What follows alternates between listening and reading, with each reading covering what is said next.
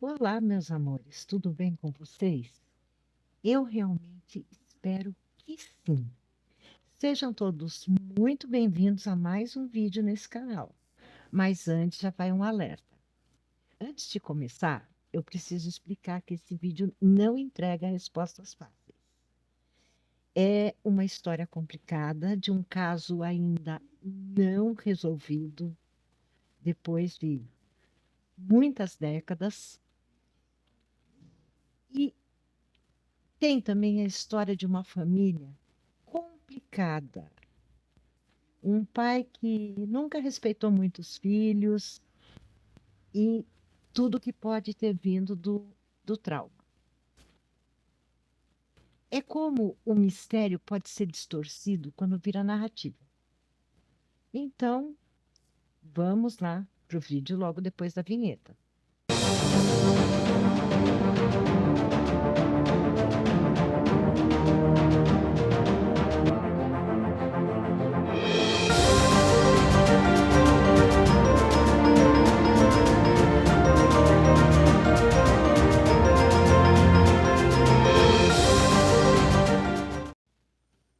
O que se sabe, o que se suspeita e o que nunca foi provado. A história envolvendo a família Holdell costuma reaparecer ciclicamente nos true crimes, porque ela reúne três elementos poderosos. Um crime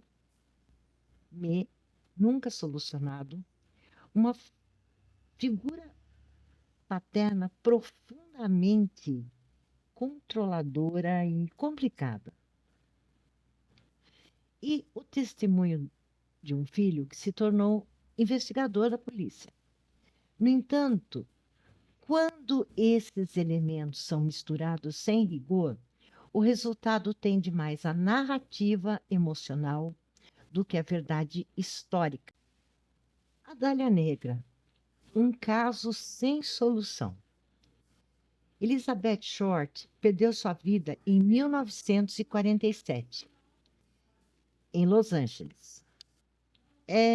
Digamos que ela foi encontrada em estado deplorável. Só que de forma cirúrgica e cuidadosamente posicionado, o que levou uma investigação intensa por parte da LAPD, ou a Polícia de Los Angeles. Apesar de centenas de suspeitos ao longo de décadas, o caso jamais foi oficialmente resolvido. Não houve confissão válida, condenação judicial, nem provas materiais definitivas que encerrassem o caso. Esse é um dado central. O caso da Dália Negra permanece oficialmente inconclusivo, ou um cold case. Antes de mais nada, eu preciso deixar muito claro uma coisa. A Elizabeth Short, a Dália Negra, existem informações de que ela foi para Los Angeles na tentativa de ser uma atriz de Hollywood. Só que não existe nenhum registro de que ela tenha ao menos participado de um teste, uma audição. Ela trabalhava como cabeleireira. E ela sempre foi assim, uma moça complicada, porque a família dela morava na costa oeste, os pais se separaram. Ela foi para Los Angeles quando o pai se mudou para lá, porque com a mãe ela não fazia nada. Então a mãe falou: vai morar com teu pai. Daí, na casa do pai também, ela não ajudava em nada, não queria saber de nada, era só namoro, aquela coisa toda. Ela se aproveitava muito da beleza que ela tinha. Mas o que acontece? Ela não era uma aspirante a atriz, que fique muito claro isso. Ela era namoradeira e teve pequenas passagens pela polícia, mas nada, absolutamente nada, justifica o que foi feito com ela e a forma como foi feito. E agora vamos para George Holdell. Suspeita, não condenação. Ele era médico, intelectual e uma figura socialmente influente em Los Angeles. Ele, como médico, ele tratava de DST. E é lógico que naquela época, né, muitas celebridades, diretores e tudo mais eram acometidos. E ele sabia podre de todo mundo, então ninguém ousava falar dele.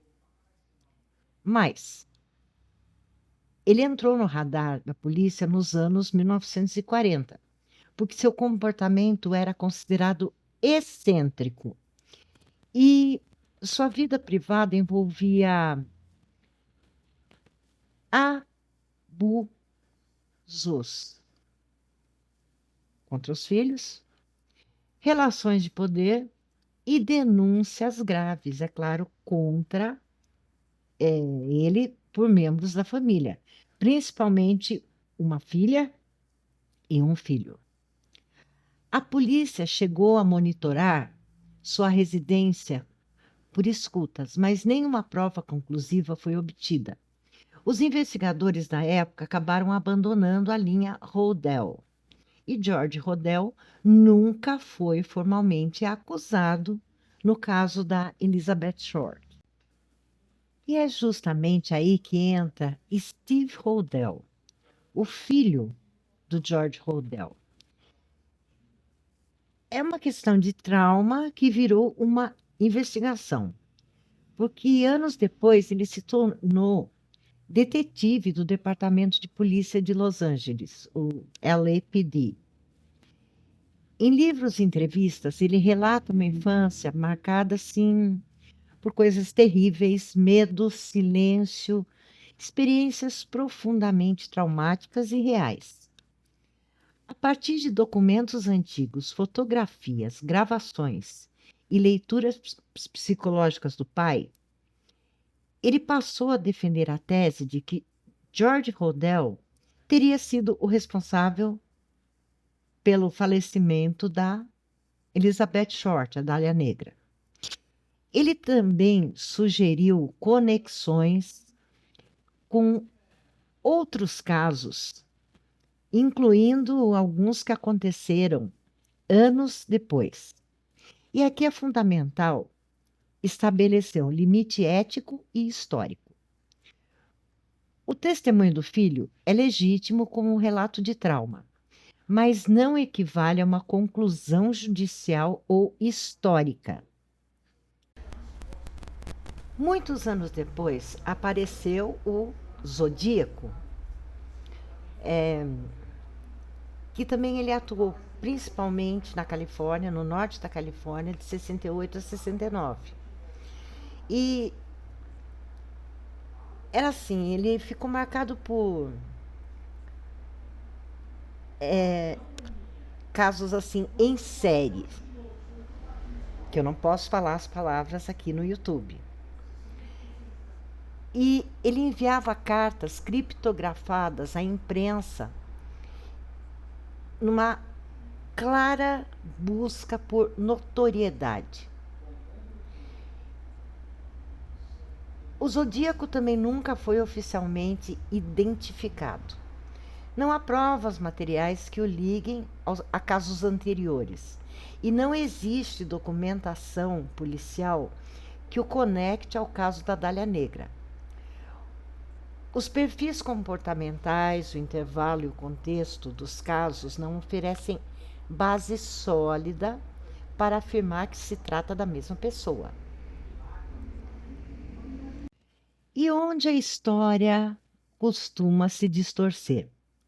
A junção desses casos costuma acontecer quando hipóteses são tratadas como descobertas. Leitura psicológica substitui prova material.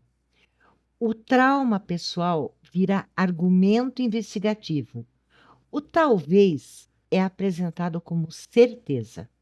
Isso não é investigação histórica, é uma construção narrativa. E o que permanece verdadeiro nessa história toda?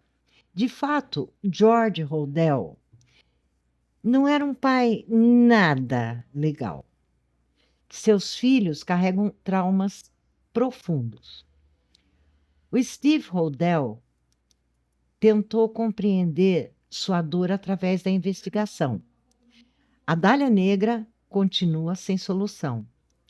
O Zodíaco continua sem identidade confirmada. E tudo que vai além disso entra no campo da especulação. E aqui, meus caros, é que nós chegamos ao X da questão. O mistério como limite. Aceitar que certos crimes não foram resolvidos não é fracasso intelectual, muito pelo contrário. É um exercício de honestidade histórica. Transformar hipóteses em verdades pode gerar audiência, engajamento, muita coisa. Porém, apaga as vítimas, confunde o público e fragiliza o próprio true crime como campo de estudo e memória. Às vezes, o mais assustador não é descobrir quem foi o que fez tudo isso. É admitir que talvez nunca saibamos.